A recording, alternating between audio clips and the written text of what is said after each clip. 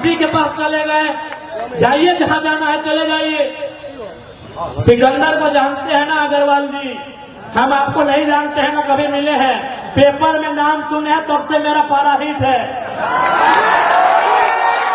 आपसे हमारा कोई झगड़ा नहीं है। एक सवाल आपसे भी करूंगा कि यदि आपके पूर्वजों का जमीन उत्तर प्रदेश में, बिहार में, बंगाल में, उड़ीसा में कोई 5 एकड़, 10 एकड़, 50 एकड़ कब्जा करे और आपको लात मारकर भगा दे तो आपको कैसा लगेगा? आप छतों से बाहर आए और जवाब देते जाइए। जी हाँ, इन बड़ी बड़ी इमारतों में यदि हमारे बिहार से, उत्तर प्रदेश से, बंगाल से, छत्तीसगढ़ से, उड़ीसा से, गुजरात से, हरियाणा, राजस्थान कहीं के भाई बहन रहते हैं और जिनको लगता है कि हम उनके खिलाफ बोलते हैं, तो आप सामने अगर हमें जवाब दे दें कि यदि आपकी बपोती जमीन टाटा, टिस्को, टेल्को, उषा मार्टिन, हाइडा, जियाडा, बियाडा, ABCD अगर 5 एकड़ 50 एकड़ ले और आपको वहां एक 4th ग्रेड की नौकरी में ना रखे तो आपकी प्रतिक्रिया क्या होगी? हमारे बारे में नकारात्मक होने से पहले आप हमारे गांव में आओ, आप उन क्षेत्रों में आओ जहां से हम आके अपनी आवाज बुलंद करते हैं, बताइए आपकी प्रतिक्रिया क्या होगी? अरे ये झारखंड है इसलिए हम लोग गेट बंद कर रहे हैं, ये झारखंड है इसीलिए हम लोग धरना दे रहे हैं। यूपी बिहार होता तो कबाड़ के फेंक देते, इसीलिए जो यूपी बिहार के लोग हमारे लिए धारणा बना रहे हैं, दिल पे हाथ रख के कहिए आपके बाबूजी का कोई 5 एकड़ जमीन कंपनी ले ले और आपको वहां नौकरी में ना रखे, आपकी प्रतिक्रिया क्या होगी? इसलिए हमारे बारे में नकारात्मक होने से पहले हमारी बातों को अच्छी तरह समझ ले। हम खतियान का समर्थन करते हैं। इसमें किसने आपको कहा कि जो लोग खतियानधारी नहीं वो भाग के चले जाए?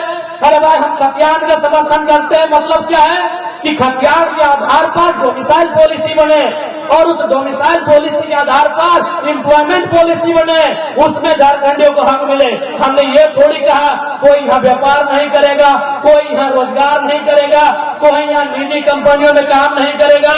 इसलिए कोई भी धारणा बनाने से पहले आप अपने छतों में अपनी खिड़कियों को खोलिए, क्योंकि हमें मालूम है ये आदित्यपुर के क्षेत्र में झारखंड के लोगों से ज्यादा बिहार, बंगाल, उत्तर प्रदेश के भाई बहन लोग रहते हैं। अपने छतों की खिड़कियों को खोलिए और मुझे सुनिए,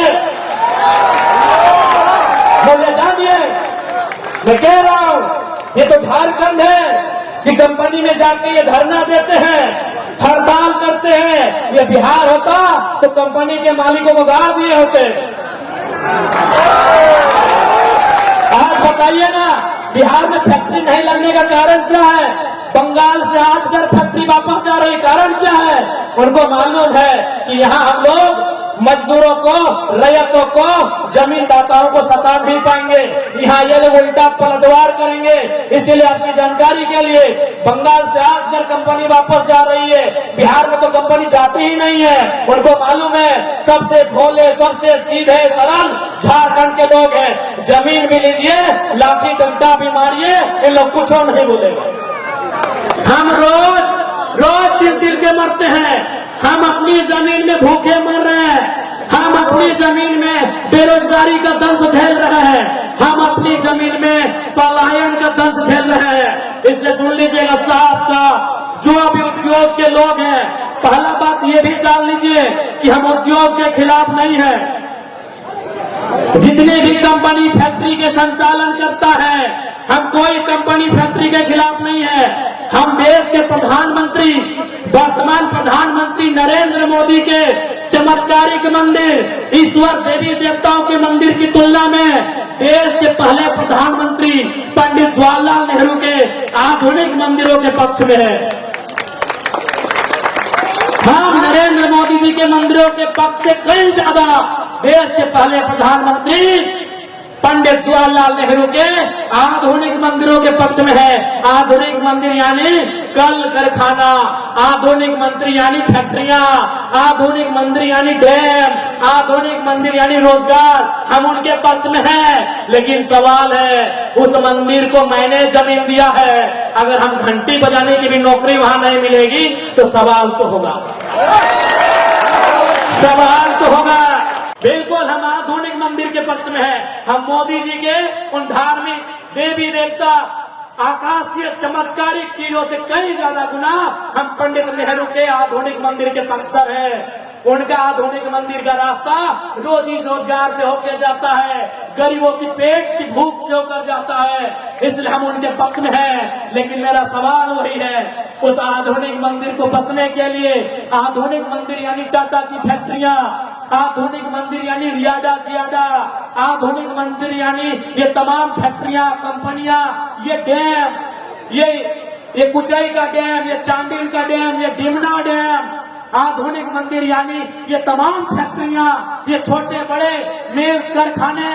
लेकिन सवाल यही कि आधुनिक मंदिर, ये फैक्ट्रियां हमारी जमीनों पर है और यदि हमें वहां रोजगार नहीं मिलेगा तो सवाल भी होगा और समय के साथ झारखंड की मिट्टी में उन्मूलन भी होगा, बवाल भी होगा और कोई नहीं बचा पाएगा। डीसी के पास चले गए, जाइए जहां जाना है चले जाइए। सिकंदर को जानते हैं ना अग्रवाल जी, हम आपको नहीं जानते हैं ना कभी मिले हैं, पेपर में नाम सुने हैं तब से मेरा पारा हिट है। आपसे हमारा कोई झगड़ा नहीं है। एक तो आटा चक्की पीसते थे राजस्थान से आके और लोगों को यहाँ झारखंड के मूलवासी, झारखंड के आदिवासी पे जुल्म करिएगा, केस करिएगा तो याद रखिएगा आने वाला दिन जब काउंटर होगा ना, कोई डीसीएस भी साथ नहीं देने वाला। बिल्कुल मेरा अगर बयान आप तक पहुंच जाए तो आप आज शाम को सिकंदर के बारे में पढ़िएगा। वो सिकंदर जिसके बारे में कहा जाता है जो जीतो वही सिकंदर, वो सिकंदर जो यूनान के मकदूनिया का था, जिसने पूरी दुनिया को जीतने का सपना सजाया था, जिसने भारत के बहुत कुछ हिस्सों को जीत भी लिया था। लेकिन याद रखिएगा जब वो खाली हाथ लौट के इस दुनिया से जा रहा था, जब वो मात्र 33 साल की उम्र में मरने वाला था, उसके ठीक पहले उसने अपने तमाम मंत्रियों को बुलाकर कहा था कि जब मैं मर जाऊं ना तो 3 काम करना। मेरा जब जनाजा निकले तो मेरे दोनों हाथ बाहर कर देना। तो उनके मंत्रियों ने पूछा कि महाराज दोनों हाथ बाहर करने का मतलब क्या है? बोला मेरे दोनों हाथ बाहर करना, मुट्ठी खुली करना, ताकि दुनिया को पता चलेगा कि दुनिया को जितने चला सिकंदर खाली हाथ लौट के जा रहा। उसने दूसरा शर्त रखा था, सिकंदर ने दूसरा शर्त रखा था कि मुझे मेरे जनाजे को कंधा कोई एरा गैरा नहीं देगा, कोई मामूली आदमी मेरे जनाजे को कंधा नहीं देगा। मेरे जनाजे को कंधा मेरे प्रधानमंत्री, मेरे महामंत्री, मेरे सेना नायक देंगे। बोला सर इसका क्या मतलब है? नहीं, इसका मतलब है कि दुनिया के बड़े बड़े तीस मार खा, दुनिया के बड़े बड़े तुर्रम खा, दुनिया के बड़े बड़े सेना नायक सिकंदर की सेना में थे, तलवार लेकर भाला लेकर, फिर भी उसकी जान नहीं बचा पाए। तो डीसी देखते हैं कितना दिन बचाते हैं आपको, देखते हैं एसपी कितना दिन बचाते हैं आपको। और तीसरा, सिकंदर का तीसरा जो कहना था कि जब मेरा जनाजा गुजरे तो मैंने अपने जीवन काल में जितना भी कमाया है, उस समय सिक्का नहीं होता था, उस समय गांधी जी का नोट भी नहीं होता था। गांधी पैदा नहीं हुए थे तो उस समय सिक्का भी नहीं था, उस समय गांधी जी का नोट भी नहीं था। उस समय क्या होता था? ज्वेरात होते थे, ज्वेलरी होते थे, सोना चांदी यानी जेवर वगैरह होते थे, सोने चांदी के पन होते थे, बड़े बड़े सिक्के होते थे। तो सिकंदर ने कहा कि मेरे मरने के बाद 1 रुपया भी मेरा जो उत्तराधिकारी होगा, मेरे मरने के बाद 1 रुपया भी मेरे उत्तराधिकारी को मत देना, बल्कि मेरे जनाजा के आगे बिछाते जाना और लोग उस पे चल के जाए, ताकि दुनिया को पता चले कि धान एक दिन ढोल बन जाता है। अग्रवाल जी आपके साथ साथ तमाम फैक्ट्री कंपनी चलाने वाले मालिक को कहेंगे कि धान एक दिन धूल बन जाता है। और कांधा ये डीसीएसपी बहुत छोटा होता है उनके प्रधानमंत्री लोग के सामने, उन लोग नहीं बचा पाया। इसलिए हमारी आपसे कोई व्यक्तिगत लड़ाई नहीं है, क्यों हमारी टीम आपके खिलाफ आंदोलन की, आपको भी मालूम है। आप समय पे पैसा नहीं देंगे, आप ओवर टाइम करवाएंगे, 10 मिनट लेट होने से तनख्वाह काटेंगे, तो क्या आपको हम चुमा लेंगे? क्या हम आपको चुमा लेंगे? आप अपने बारे में डीसी को कहा नहीं बताएं कि आप कौन सा गलत काम करते हैं। आपने तो बता दिया जेल के अंदर लोग उद्योग को डिस्टर्ब कर रहे हैं। आपने बताया कि आप झारखंड सरकार ने जो रेट निर्धारण किया है, non skill, skill, semi skill, skill, क्या आप उनके आधार पर पेमेंट दे रहे हैं? क्या पीएफ तथा जो भी सुविधाएं मजदूरों को मिलनी चाहिए आप दे रहे हैं? ग्रेजुटी दे रहे हैं? जो भी मजदूरों को सुविधा मिलनी चाहिए क्या आप अपनी फैक्ट्रियों में दे रहे हैं? अगर नहीं दे रहे हैं तो कौन मुंह से डीसी के पास गए थे?